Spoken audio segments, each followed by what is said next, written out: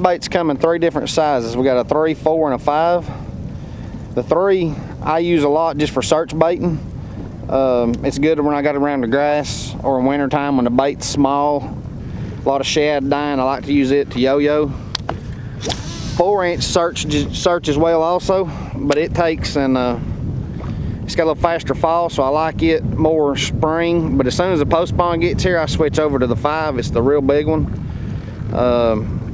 It's good for me. I get, say I'm fishing a ledge 20 foot deep and I throw it out. Within 5 seconds, I'm on the bottom. That means I get to cover a lot of water in a day. It really covers water well for me. The more water I cover, the more bites I get. And on the retrieve, I just have to play with it on all 3 of them. I yo-yo them. I stroke them, you know, I get a fast retrieve, kind of like a hair jig, give it a little pop. All you're trying to do is get a fish to react to a dying shad. It's just imitating a dying shad, and it gets in the water column, you know, down close to the bottom so fast that it gets you a lot more. It gets you a lot more cast during the day, which generates the more fish in the live well. Water temperature is so important with this bait. Also, you can use it when it's cold weather. You can be yo-yoing it down in the bottom. You know, bass are big on water temperature. They move with it. They follow it. They follow. When it gets real cold, they go deep. When it gets springtime, they go shallow up to spawn. When they're done spawning, they find the first breaks coming out.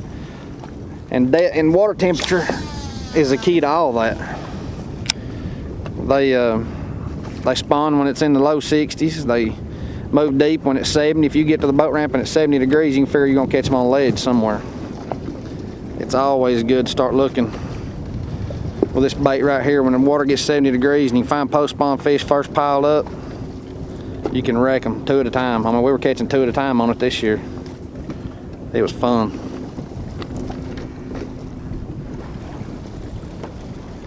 We're getting a bunch of bites. They're just swiping at it. They're not getting it.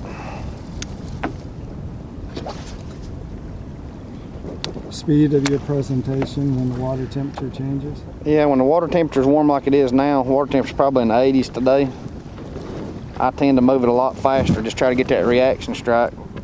Oh, I just had one right there. That fish followed it all the way up. I'm sitting in 30 feet of water and it hit it right at the boat under us. So it came in with it.